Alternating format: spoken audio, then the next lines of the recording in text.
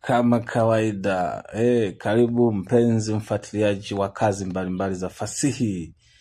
Leo mpenzi msikilizaji, nimekuletea makala inaongelea jamii ya Maasai ambayo inapatikana nchini Tanzania na wengine wanapatikana nchini Kenya. Makala ya leo inahusiana rika, yani za kabila la Masai. Yani kuna wengine wanajiuliza kwamba Wamasai wanaishije, yani desturi ya Masai ikoje. Kwa wewe ambaye hujui jamii ya Maasai iliyoko nchini Tanzania pamoja na Kenya, nikufahamishe tu kuna mambo mengi ambayo huyajui kuhusiana na jamii ya Maasai. Kwa yule ambaye ni Maasai, nafikiri unajua mambo haya ambayo naenda kuyaongelea kwa siku ya leo. Rika ni nini? Maana ya rika tunaweza kusema kwamba ni umri ambao watu hupishana kwa miaka fulani. Ndio maana ya rika. Mnaweza mkapishana miaka 7 au miaka 14. Ndio maana ukiangalia katika jamii ya Maasai wanapishana rika baada ya miaka 14. Na hiyo rika inatofautishwa kwa kila rika huwa inatahiriwa kwa muda fulani. Yani kila baada ya miaka 7 wanatahiri rika jingine. Sasa nitaanza na rika la mwisho kabisa ambao inaitwa Nyangulo. Nyangulo ni nani? Nyangulo hawa ni vijana ambao wametahiriwa mwaka wa 2011 hadi 2018. Katika jamii ya Maasai huwa wanatahiri miaka 7. Wakishamaliza miaka 7 wanapumzika tena miaka 7. Ndio maana ukiangalia rika hili linalofahamika kwa jina la Nyangulo wametahiriwa mwaka 2011 hadi 2018. Na toka mwaka 2018 walipumzika miaka 7, yani kuanzia 2018 hadi 2025. Na leo mwaka 2025 mwezi wa 11 wataanza kutahiri rika jingine ambao sasa Nyangulo watapandishwa kuwa watu wazima sasa. Rika la pili kutoka mwishoni ambalo Nyangulo wanalifuata linafahamika kwa jina la Kolianga. Kolianga hawa ni kwa sasa ni watu wazima ambao wametahiriwa mwaka 1997 hadi 2004. Na hawa wanakadiriwa kwamba wamezaliwa miaka 1974 hadi 1989, hilo rika la Kolianga. Na wao wametahiriwa miaka hiyo 1997 hadi 2004. Hawa ndo ni wakubwa wa Nyangulo. Hawa wanaweza kuadhibu Nyangulo maana wanatofautiana rika, yani ni wadogo zao, wanaweza kuwapa adhabu yoyote. Pia nimesahau kuambia Nyangulo wao miaka yao ya kuzaliwa inakadiriwa wamezaliwa kuanzia mwaka wa 1990 hadi 2004. Hawa bado ni vijana kabisa. Kolianga majukumu yao makubwa sana ni kuwashauri hawa vijana au wadogo zao, au na pia kutoa adhabu pale tu wanapozingua au wanashindwa kutekeleza mamlaka au amri kutoka kwa wazee. Na pia Nyangulo yeye kazi yake kubwa kama tunavyofahamu kuchunga ng'ombe katika jamii ya Maasai. Kazi ya ulinzi katika jamii ya Maasai.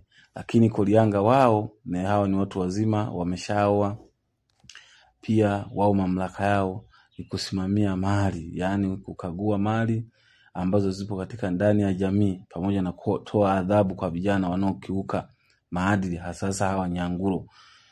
Rika jingine la tatu linafahamika kwa jina la Kingonde. Wengine wanasema kwamba ni Landisi. Rika la tatu ni Kingonde au kwa jina jingine Landisi.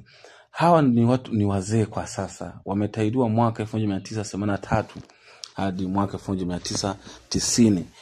Na wanakadiriwa kwamba wamezaliwa miaka ya 1960 hadi 1973.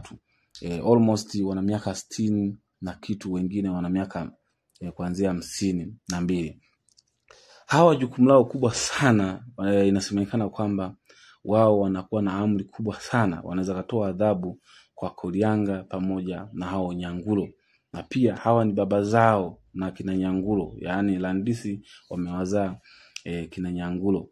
Kwa ndo maana Nyangulo wanapa heshima kubwa sana, na hata Nyangulo haruhusiwi kukaa karibu na baba zao ambao ni Landisi au Kingonde. Na katika jamii ya Maasai hawa wanaheshimika sana kwa vijana kama Nyangulo pamoja na Kolianga, pamoja na pamoja kulingana desturi na mila za Maasai. Kila lika huwa linaheshimiana kwa lika zake, ndio maana Kingonde au Landisi wanaheshimiana wao kwa wao. Hata hivyo kwa Kolianga, Kolianga wanaheshimiana kwa Kolianga wenzao, pamoja na hao Nyangulo kwa Nyangulo. Kwa ndo maana hata Landisi hawezi akampa adhabu Landisi mwenzao endapo labda kuna kiongozi wao ambao Lekwanan ambao wanafahamika kwa jina la Lekwanan, huyo ndo anaweza kutoa adhabu kwa hao lika la wao kwa wao kama Landisi. Lika jingine la 4 linafahamika kwa jina la Makaa. Makaa hawa ni wazee kwa sasa. Lika hili wametahiriwa mwaka wa 1969 hadi mwaka 1976. Kama nilivyosema, huwa wanatahiriwa interval ya miaka 7 kabisa, na baada pia wanapumzika miaka 7, na baadaye linatahiriwa lika jingine, yani ni almost miaka 14 lika jipya linatahiriwa. Makaa hawa ni wazee, ni wakubwa wa Landisi au Kingonde, ni wakubwa wa Kolianga, na pia ni wakubwa wa Nyangulo. Hawa wanaweza katoa adhabu kwa lika ambao liko chini yao. Na pia hawa ni wazee kabisa, wana majukumu makubwa sana. Kazi yao kubwa ni kutatua migogoro ya jamii. Kama kuna shida, wao wanakaa chini na kutatua migogoro ambayo iko ndani ya jamii ya Maasai.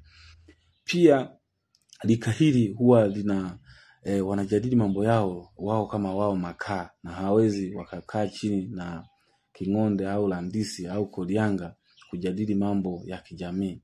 Wao wanakaa wao kama wao, au wanaweza kaa na wakubwa wao ambao wanawazidi rika. Na hawa wanakadiriwa kwamba wamezaliwa miaka ya 1949 hadi miaka ya 1959. Kwa sasa ni wazee sana, zaidi ya miaka 70 wakielekea miaka 80. Na lika hili huwa inaheshimika sana kwa malika ambao yako chini yao. Lika jingine linafahamika kwa jina la Seuri. Seuri hawa ndo wazee sasa ambao wamebakia katika jamii ya Maasai. Hakuna lika ambao liko juu ya Seuri, ni waliobakia saizi ni wachache sana, ni wakuhesabu katika jamii za Maasai. Seuri ndo lika ambalo liliopo sasa. Hawa ndo wazee wakongwe ambao wanasikilizwa na kila lika. Hawa ndo wanaotoa amri kubwa sana katika jamii hizo. Na hawa wanakadiriwa kwamba wamezaliwa miaka ya 1935 hadi miaka 1948, na wao wametahiriwa miaka ya 1955 hadi miaka ya 1962. Yaani wametahiriwa miaka ya ukoloni kabla ya kupata uhuru wa Tanzania. Na lika hili ni lika ambalo linasikilizwa sana kuliko malika mengine, maana hawa wana uzoefu wa mambo mengi, wanajua kila kitu katika jamii yao. Wana historia kubwa sana katika jamii, na jamii wanaijua kwa undani zaidi kulingana na umri wao. Ndio maana wanaheshimika sana. Kwa yule ambaye unatakiwa ufahamu malika ya Maasai, na wao Maasai wanaheshimiana kwa kuangalia lika. Ndio maana, na pia hawa ndo baba zao na Landisi, yani Kingonde. Kingonde wamezaliwa na hii lika la Seuri. Ndio maana haiwezi kulingana na mila na desturi za Maasai kwamba lika ambalo linafuatana hawezi akawa mzazi wake. Anaweza ikatokea lika fulani ambalo linafuatana akamzaa kijana ambaye ametahiriwa lika hilo, lakini huwa ni mara chache sana. Ndio maana Seuri watoto wao ndio hao kina Landisi au Kingonde, na Makaa watoto wao ambao ni Kolianga, pamoja na Landisi ambao watoto wao ni Nyangulo. Kolianga ambao likalao kubwa sana ndio ambao inatahiriwa mwaka huu wa 2025 hadi 2032. Lika jingine ambalo kwa sasa wamebakia wachache, au naweza nikasema katika namna nyingine hawapo kabisa, ni lika linalofahamika kwa jina la Nyangusi, hawa ndo kaka zao na kina Seuri. Nyangusi hawa ni wazee ambao ni watu wakongwe kabisa, ambao hata saizi hata kama wapo katika jamii hawajitambui kabisa. Na hawa wametahiriwa miaka ya 1941 hadi 1948. Ni miaka mingi sana ambayo imepita, na wanakadiriwa kwamba wamezaliwa miaka ya 1921 hadi mwaka 1920 na 1934. Kwa hiyo sasa ukiangalia hata kama wapo katika jamii ni wachache sana, lakini wale Nyangusi wakubwa kabisa ambao ni rika la kina Nyerere, wengi wao asilimia kubwa hawapo. Kama wapo ni wale Nyangusi wadogo ambao wamezaliwa miaka ya 1930, ambao wana miaka 90 na ambao ni zaidi ya miaka 95. Na wao jukumu lao kubwa kabisa katika jamii saizi hawana jukumu kubwa, maana ukiangalia hata uwezo wao wa kutatua migogoro katika jamii hawana, maana ya umri wao wa kuweza kutatua changamoto za jamii hawana tena. Kwa wale ambao wazee wenye changamoto kubwa sana ni Seuri. Madhaifu ya hawa wazee ambao ni Nyangusi asilimia kubwa wanakuwa wapweke sana, maana wanakuwa ni wako wachache sana. Ndio maana hawezi akaongea na Seuri akijua kama ni kijana wake, ni mdogo wake, hana kumwambia lolote. Ndio maana ukienda katika jamii za Kimaasai, Nyangusi yupo tayari atembee vijiji 5 au 10 kwenda kumtafuta Nyangusi mwenzake ili waweze kubadilishana taarifa au mambo mbalimbali ya kipindi hicho, ujana wao katika jamii. Ndio maana wanajisikia wapweke sana. Sasa lika jingine ambalo ni wakubwa wa kina Nyangusi wanafahamika kwa jina la Ndaleto.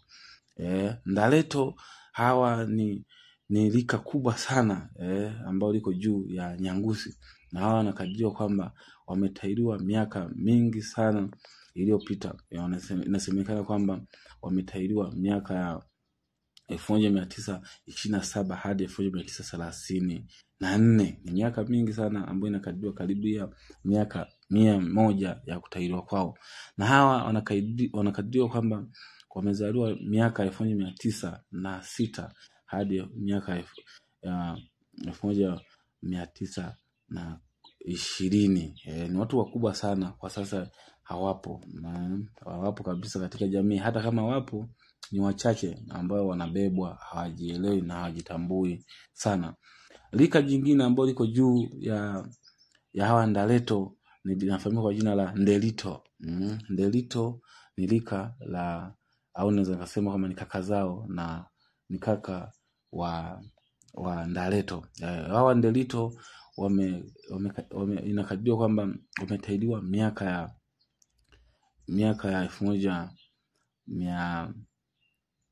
1913 hadi mwaka 1920. Ni miaka mingi, zaidi ya miaka 100 ya kutahiriwa kwao. Na hawa inakadiriwa kwamba umri wa kuzaliwa hawa ni wamezaliwa miaka 1890 na kitu huko. Kwa sasa hawa hawapo kabisa, hawa Ndelito. Na lika jingine ambalo mimi naishia, ambao nalifahamu kabisa, linafahamika kwa jina la Nduati. Nduati hii ni lika kubwa kabisa ambao liko juu kabisa, ni kaka zao au na kina Ndelito. Hawa wametahiriwa miaka mingi sana iliyopita. Inakadiriwa kutahiriwa kwao wametahiriwa mwaka 1899 hadi 1906. Hayo ndo malika ambayo Wamaasai wanayazingatia sana. Kila baada ya miaka 14 lika jingine linazaliwa, yani linajitokeza. Ndio maana Wamaasai wanaheshimiana sana kulingana na lika. Huwezi ukamkuta kijana mdogo sana Nyanguro anamdharau Seuri au anamdharau Makaa au anamdharau Kolianga au Randisi. Kwa ndo maana kijana atakayepatikana tu anamdharau mkubwa wake lazima atapewa adhabu na pia faini kubwa sana katika jamii. Pia lika kulingana na lika haruhusiwi kukana na wakubwa wake au lika ambalo sio la kwake. Kwa hata wazee wakiwa wanakunywa pombe au wanafanya mambo yao, Nyanguro haruhusiwi kukaa na Kolianga au Kolianga haruhusiwi kukaa na Randisi. Watakaa endapo kama kuna jambo fulani ambao hao vijana wanashirikishwa na hao wazee au wakubwa wao. Hayo ndo malika ambayo Maasai wanayazingatia sana kila baada ya miaka 14. Sasa tusikilize mwaka huu 2025 mwezi wa 11 lika gani litaitwa. Asante sana kwa kunisikiliza. Kwa majina naitwa Mwalimu Kaligo Doto Njige, mwalimu wa fasihi ya Kiingereza nchini Tanzania.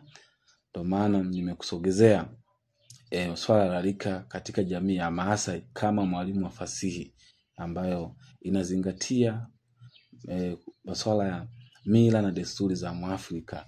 Nitakuletea mila na desturi za kila kabila ili ujifunze zaidi. Asante sana mpenzi msikilizaji.